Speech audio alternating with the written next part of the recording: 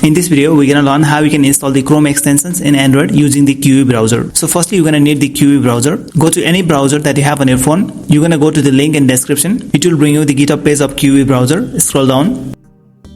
Come to assets, you're gonna tap on the topmost file or the second one. Once you tap on the first or second link, it will begin downloading the file of Kiwi Browser, that is APK, and you can install it. Once the Kiwi Browser is installed, we're gonna launch the Kiwi Browser on the home screen, this one, Kiwi Browser.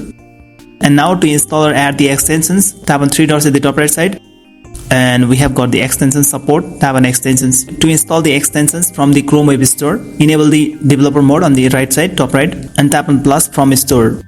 Now you'll be able to search any extension by going to search box. For example, Adobe Acrobat.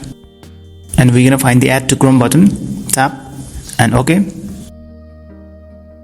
So the extension has been installed. To access the extension, tap on three dots here, and if you scroll down, you'll find the extension here, Adobe Acrobat, and you can launch it. To manage your installed extensions, tap on the three dots and go to extensions.